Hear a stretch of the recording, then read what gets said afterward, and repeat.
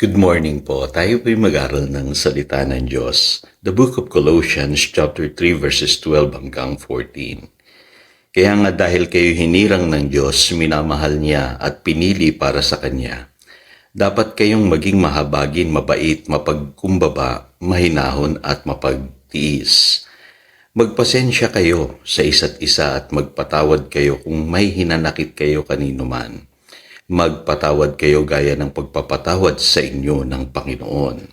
At higit sa lahat, magmahalan kayo sapagkat ang pag-ibig ang buklod ng ganap na pagkakaisa. The struggle to forgive. So, meron tayong pag-uusapan today na napakahalaga na dapat taglayin nating mga Kristiyano o mga mananampalataya. Yung kalagayan po ng puso na marunong magpatawad, Kasi yan po ang pagkatawag sa atin ng Diyos Dapat po tayo'y maging mapagpakumbaba, mahabagin, mabait, mahinahon at mapagtiis. At higit sa lahat sabi dyan, magpasensyahan daw po tayo. Magpatawad sa isa't isa, lalo na kung meron tayong hinanakit sa isa't isa. At yung pinaka-importante, dito po sa verse 13, ang sabi, magpatawad kayo gaya ng pagpapatawad sa inyo ng Panginoon. So, sa umpisa maaaring sasabihin natin, napakahirap niyan. Alam niyo, nung ako'y bata pa, ang unang-unang tumanda sa akin na parable na natutunan ko sa Biblia, ay yung pong parable of the unforgiving servant na mababasa nyo sa Matthew chapter 18 verses 23 hanggang 35, na kung saan, kung alam nyo yung kwentong yan, yung merong isang servant na pinatawad siya ng kanyang master, pero hindi niya nagawang patawarin yung utang nung nagkakautang sa kanya. Kaya ang nangyari po, pinarusahan siya. Minsan po, naiinis tayo sa ganong klaseng tao.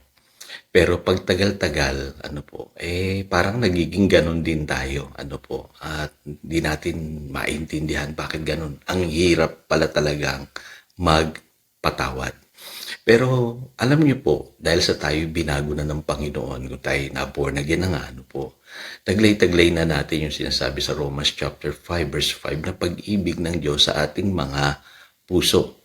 Kaya posible po na tayo po'y makapagpatawad katulad ng ginawang pagpapatawad sa atin ng Panginoong Hesus.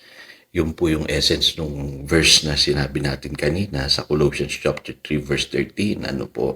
At bilang mga believers, dapat po yun na ang pinamumuhay natin. Taglayin natin itong ganitong kasing kalagayan ng puso. Na madali tayong magpatawad sa mga taong nagkasala sa atin. Ngayon, ang hindi alam ng marami, isa sa ginagamit ni Satanas na tool of offense, ay ang tinatawag na bitterness, na mababasa natin sa Hebrews chapter 12 verse 15. Sabi diyan, see to it that no one misses the grace of God and that no bitter root grows up to cause trouble and defile many. Mapapansin nyo, ito'y na-experience hindi lamang po ng mga di mananampalataya, kundi maging Christians. Yung tayo po'y na-offend ng ibang tao. Kaya kung naalala nyo, sabi ng Panginoong Hesus doon sa Mark 11 verse 25, and when you stand praying, if you hold anything against anyone, forgive him so that your Father in heaven may forgive you your sins. Kita ninyo, kahit may pananampalataya tayo na pwedeng makapagpalipat ng bundok, pero kung hindi pala tayo marunong magpatawad, may hadlang pa rin sa ating mga panalangin. Kaya tignan po ninyo sa ganong kalagayan, itong tinatawag na root of bitterness na binabanggit sa Hebrews chapter 12, verse 15. At may mga tao talaga na gagamitin ng kaaway para tayo po ay magalit, mainis, ma-offend.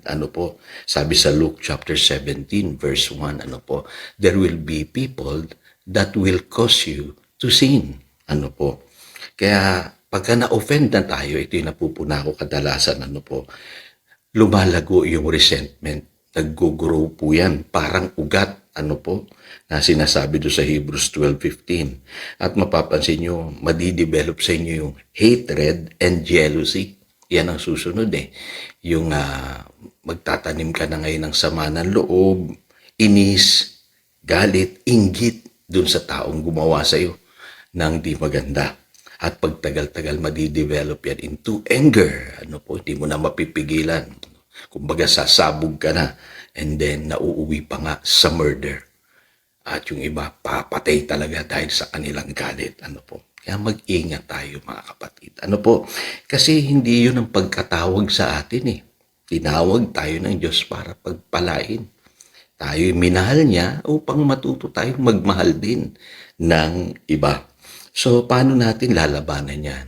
Pagka tayo'y na-offend? Paano natin aalagaan pa yung ating puso na ito'y manatiling malinis sa kabila na tayo po ay nasaktan?